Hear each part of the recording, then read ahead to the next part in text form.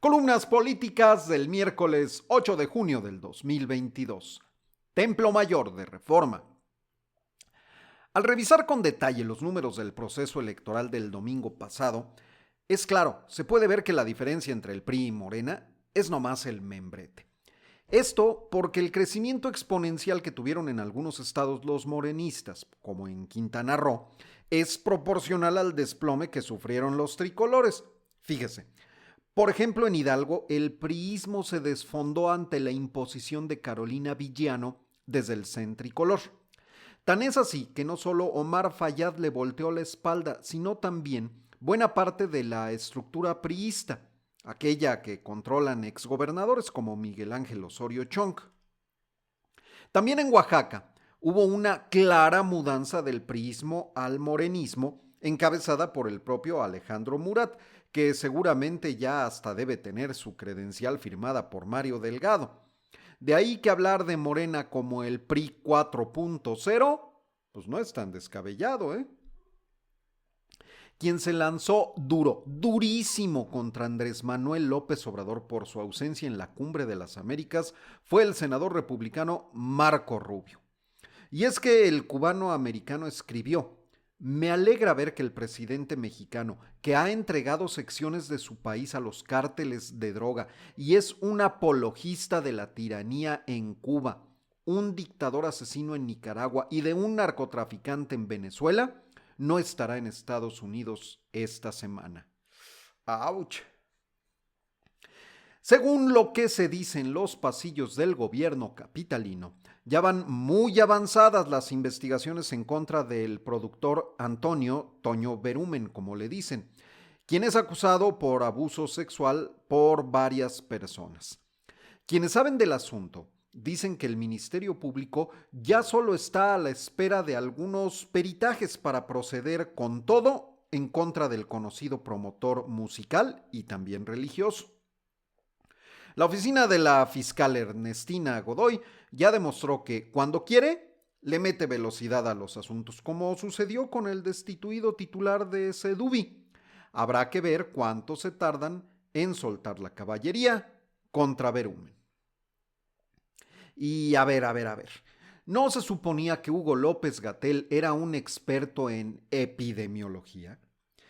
Y esto porque apenas el 26 de abril, el subsecretario dio por concluida la pandemia y anunció muy contento que entrábamos a la etapa endémica del COVID-19. Y además dijo que en esta nueva fase los contagios bajaban en épocas de calor. No más que se le olvidó avisarle al virus, porque justo ahora que México está sudando la gota gorda por las altas temperaturas, ya se está registrando la quinta ola de contagios en el país. Vamos, López Gatell no le atina ni a un elefante con una pelota de básquetbol. Confidencial de El Financiero. Nostálgico se mostró ayer el veterano dirigente perredista Jesús Zambrano ante la inminente evaporación de su partido. Aclaró que las tribus se han quedado sin votos y sin prerrogativas, pero aseguró que al histórico Sol Azteca, el de Cuauhtémoc Cárdenas, le queda la empatía de la gente. Añadió: lo que se pierde cuando no se alcanza el 3% es el derecho a las prerrogativas, ya que el registro es a nivel nacional y este se mantiene. El sonorense admitió que en Hidalgo, en Durango y en Tamaulipas no alcanzan ese 3%, pero no dejaremos, dijo, de demostrar la solidaridad y la empatía con la sociedad. Sin duda, es un acierto modificar la estrategia de comunicación frente a la pandemia para regresar a la publicación diaria de los informes técnicos ante el alza en contagios. Lo que llamó la atención es que tanto el lunes como ayer hubo una discrepancia entre los datos reportados por el CONACYT, el de María Elena Álvarez Builla, y los dados a conocer por el área que coordina Hugo López Gatell en la Secretaría de Salud, que en su informe técnico de ayer reflejó un mayor número de casos positivos y defunciones totales, lo que genera confusión sobre las cifras oficiales de la pandemia. Ahora sí que, pues, tenemos otros datos. Fíjese que así como a algunos govers bien portados les va a tocar premio, Hay otros que comenzarán a sentir el fuego. Y es que si la mandataria panista de Chihuahua, Maru Campos, creyó que no tendría consecuencias el haber salido el domingo en Durango a cantar victorias azules y lanzar a magos a la 4T rumbo al 24, evidentemente se equivocó. Y es que a uno de los principales adversarios de la gobernadora, que es nada menos que su antecesor Javier Corral, se le abrirán los micrófonos nada menos que del sistema público de radiodifusión para que despotrique contra ella. Esto lo leo de forma textual. Los invito para que este miércoles 8 de junio no se pierdan esta entrevista que me hizo Genaro Villamil, presidente del Sistema Público de Radiodifusión México. La operación #Justicia para Chihuahua, la extradición de Duarte, la regresión política que se está dando en Chihuahua con el PRIAN duartista. Así lo tuiteó Javier Corral. Al buen entendedor, pocas palabras. Tras el resbalón que tuvo hace unos meses de quemarle la nota a Banjico sobre el aumento de tasas de interés, ayer López Obrador solo se limitó a confirmar que dialogó con Victoria Ramírez, la gobernadora del Banco Central, el lunes. Para no cometer indiscreciones, se limitó a decir que platicaron de la cuestión de la economía. Cada vez se nota más el doble rasero de la política exterior que se pone en práctica desde Palacio Nacional. Fíjese, cuando un país habla de los asuntos internos de acá, es intervencionismo. Pero cuando el presidente de México le manda abrazos a un candidato en la contienda presidencial de Colombia o quiere dictarle a Estados Unidos la lista de invitados a la Cumbre de las Américas, es solo una opinión. ¿Dónde quedó lo de la libre determinación de los pueblos? Es pregunta. Y el PAN aún no asimila la revolcada que Morena le dio el domingo, cuando ya se está preparando para la del siguiente año. Y es que ayer el líder nacional, Marco Cortés, se reunió con el coordinador de los diputados locales del PAN y también aspirante a candidato a la gubernatura del Estado de México, Enrique Vargas del Villar. El objetivo del encuentro, según trascendió, fue trazar la ruta de trabajo político rumbo a la elección de 2023 y comenzar a organizar el proceso electoral. Es decir, tomando en cuenta la derrota de 4-2 en el PAN, ¿ya están listos para otra? Bajo reserva de El Universal. Ayer Andrés Manuel López Obrador le pidió a Pablo Gómez, el titular de la Unidad de Inteligencia Financiera, que informe si existe una investigación en contra del expresidente Enrique Peña Nieto. Dijo, yo no tengo información, puede ser que tenga los datos o en el tiempo que estuvo Santiago Nieto haya hecho una investigación. Es cosa de pedirle a Pablo Gómez que nos diga si existe esa investigación. Nos hacen ver que solo es cosa de hacer memoria. Hace 2 años, Santiago Nieto, entonces al frente de la UIF, reveló a El Universal que investigan a los expresidentes Felipe Calderón y Enrique Peña Nieto por el caso de los sobornos por parte de Odebrecht.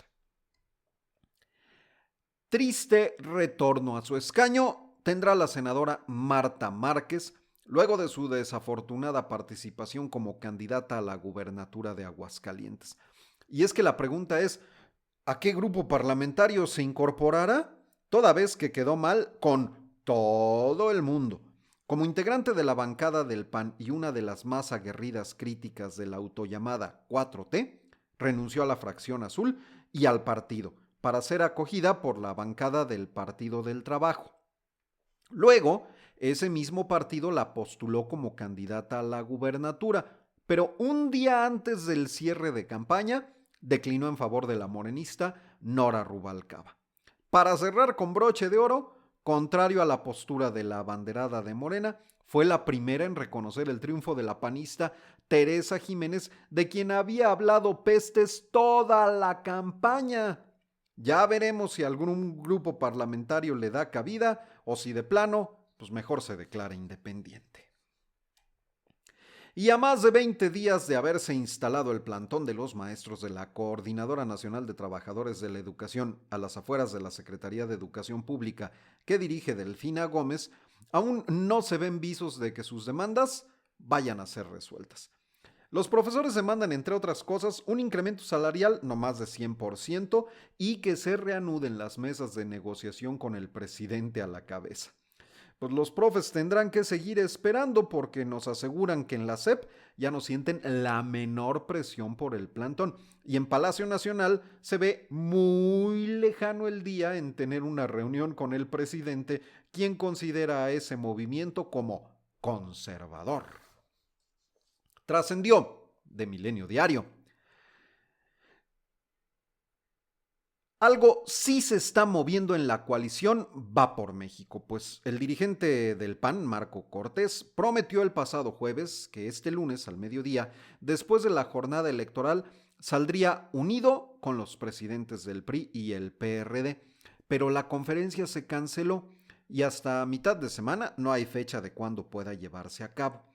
Y mientras se entretienen con eso de que hay tiro para 2024, a Alejandro Moreno le sigue lloviendo y ahora le tocaron las pedradas de Roberto Madrazo, quien recomendó a la alianza opositora presionar para echar a Alito del liderazgo tricolor. Y ante las ausencias constantes de los morenistas en la Comisión del Bienestar del Congreso de la Ciudad de México a las sesiones, Jesús Sesma, el presidente de esa instancia, pedirá la remoción de los que han acumulado más de 3 inasistencias y los acusó de falta de compromiso. Recordó que están detenidos los trabajos de la nueva Ley de Protección y Bienestar Animal, además del dictamen que busca prohibir las corridas de toros. Los aludidos, para que tome nota, son Alicia Medina, Cristian Moctezuma, Leticia Estrada y Miriam Valeria Cruz. Mínimo, pues que les descuenten el día, ¿no? Frentes políticos de Excelsior. El senador Ricardo Monreal puntualizó que él continuará con su proyecto político en busca de la candidatura presidencial de Morena y precisó que será el primero en inscribirse cuando se emita la convocatoria, por lo que pidió piso parejo y un proceso interno respetuoso, sin insultos de los militantes para ninguno de los aspirantes. Señaló, he dicho que una vez que llegue el momento de inscribirme, una vez que lance la convocatoria a la dirigencia del partido, que no vamos a declinar en nuestras aspiraciones legítimas para participar, a pesar del piso disparejo, a pesar del frío que se siente en algunas estructuras del poder y a pesar del congelamiento que a veces se padece. Esto lo puntualizó Monreal. Ya se calentará el ambiente. Méritos, sin duda los tiene. Estas fueron las columnas políticas de hoy.